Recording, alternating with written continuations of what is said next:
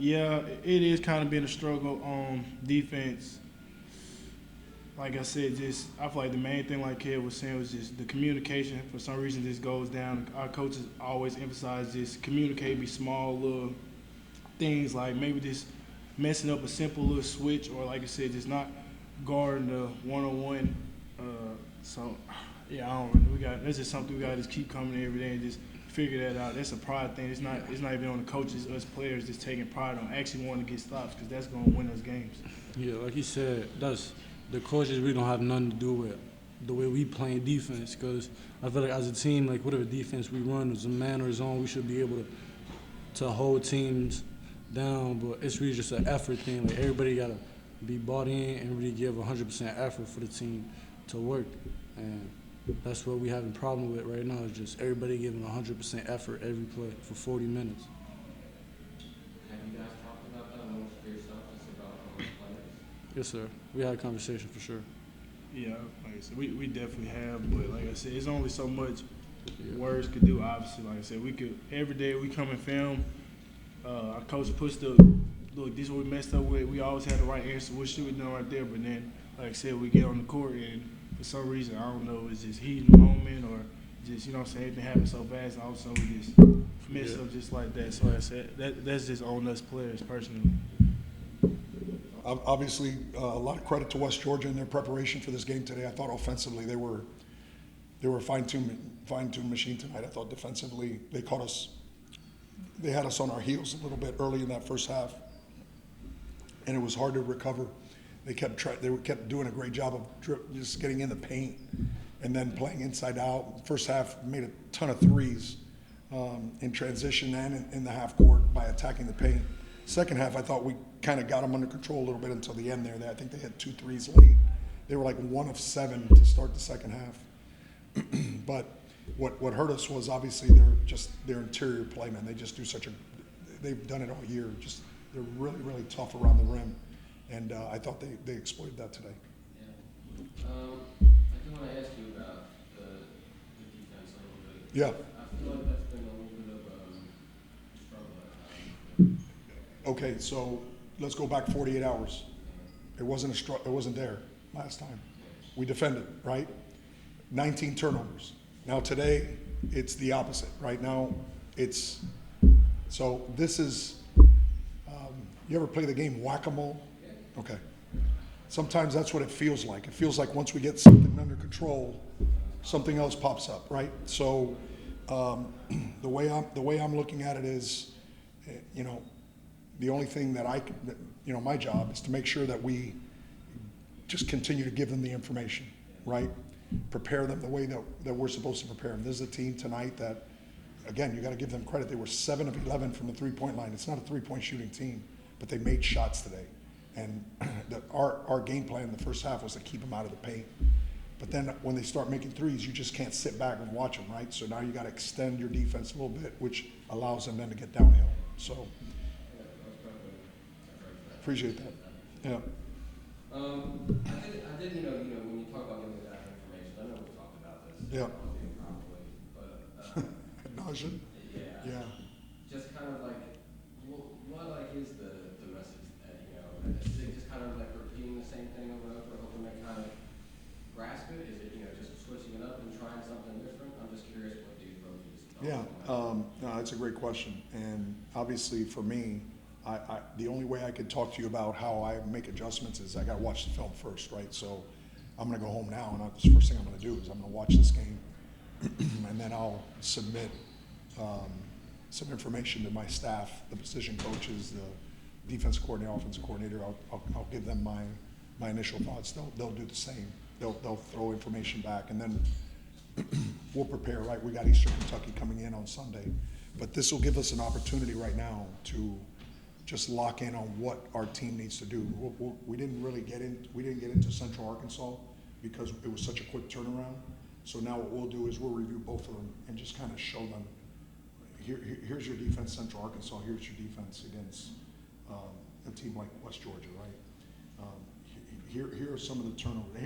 And let's say this, right? Like, it's not like they didn't do good things either, right? We scored 40 points in the first half, we were shooting like 55% from the field in the first half. What was it in the first? 58, and we shot 60% from threes. So it's like offensively we were fine. It was just the defensive end of the floor. They just made plays. They hit threes. That was the separator. But you know, I hate to say it, but we cut it to 4. We have an open 3. Dallas, man, it just, you know, right before the half, for example, you know, wide open 3, you know, in transition. A kid, I'm telling you, watching him today in shoot around, knocking those down. I feel for the kid because nobody has worked harder, not just in his craft, but getting back from his injury than Dallas has. So I feel for him right now because I know it's frustrating. But, you know, I believe in the kid. So I'm going to, you know. But today I saw some things from, you know, Cortez Graham. I saw some things from him today that I thought were really positive. And then, you know, Kevin and I thought Dante just carried our team. You know, with the injuries that you guys had, just giving those younger guys some valuable minutes, maybe a good way to phrase that, is that? That's huge. Yeah, of course. So, you know, when you have Braylon and Cortez, you know, being able to play these type of quality minutes and having production, right? You know, I'm going to say it again. I know I said this to you 2 days ago.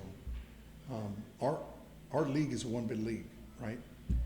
Do I want to win every single game that I play? 100%. Do I want to win a conference championship like we did last year? 100%. I want to do that. I want to do that for, you know, I'm going to say that I want to say this about the community, but I'll get to that in just a second.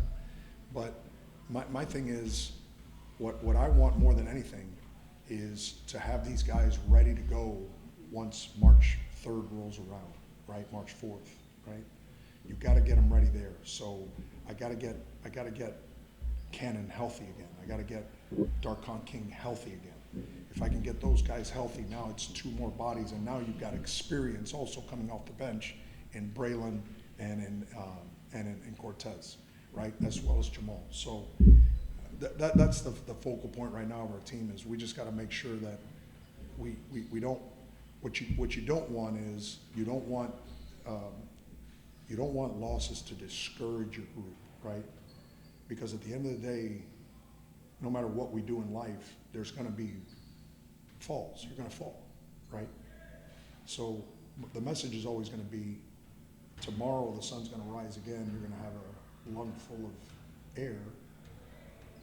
Let's go be the best we can be then, right? Let's prepare. And so I just want these guys to know that everybody's still behind, which now leads me to this fan base. Like, the amount of people that text message our coaches, myself, the amount of people that continue to come out to support this group, it's pretty amazing. It's a unique place, right? They want to experience, and I hope you put this in there, these fans want to experience everything with these guys. They're not fans that just care about the wins and losses. They're fans that care about the experience and the journey that the program goes through, good or bad. And I can't tell you how grateful I am for those people. And they know who they are, right? So I just want to make sure that I give them a shout out because I see them here all the time. And that's fantastic. They were here when we won last year, but they're still here. And that's what's kind of cool. Is there any time frame for Cannon and DJ? You're gonna have to ask our medical people on that one. Like, here's one thing I will tell you. Cannon asked to play in the game against Central Arkansas. I told him that I was not going to do that unless he got okayed by the medical group, because for me, I know what he's dealing with, and it's something that needs time. But he said he felt good. Well, he felt good, played, wasn't 100%, as we all know, and now he woke up the next day and it was sore again. So now I don't know how long that's going to take, right? It could take a week, it could take, I'm not sure. So, but we're going to jump on that first thing, we did it today, and we'll jump on it first thing tomorrow. And if he's ready to go on Sunday, we'll play him. If not, next man up. Is he dealing with a knee or a foot or ankle? I think it's an upper leg issue. I don't think it's muscular. I think it's not. I don't want you to think it's not structural. It's not like a ACL or anything like that. Yeah. But I don't think it's muscular. I think it could be nerve, something like that. It's something that. I'll just say this: if it gets aggravated, it's not. It's painful. Yeah, It's painful. not pleasant. No, it's not. It's not pleasant at all. And I did want to ask you before you left, just because of the game that got pushed back, you guys are playing a little bit more of a condensed schedule than you probably normally would have. 5 straight road games. Now you're playing 3 games in 6 days, whatever. Yeah. It is what it is, man. I mean, what can we do? You know what? When the game got canceled, we had a 5-day rest period. So, to me, it's just part of it, right? To me, that's part of it. Look at NBA players. All these kids want to play in the NBA, right? NBA players do this 4 times a week, and they got to travel from the East Coast to the West Coast and all that stuff. So, welcome. Hey, it's what you signed up for. Yeah, well, NBA players not have those built in, right? So, you guys don't have those, so. Shoot, is there anything else I forgot to ask that you needed? That you wanted to talk about? If you could, and I'm gonna leave that up to you, obviously, but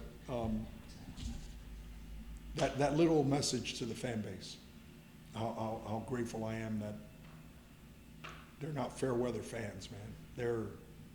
They want to go through the journey, the whole journey, which is kind of cool. Okay. I'm very thankful. Awesome. All right, appreciate you. Good luck in terms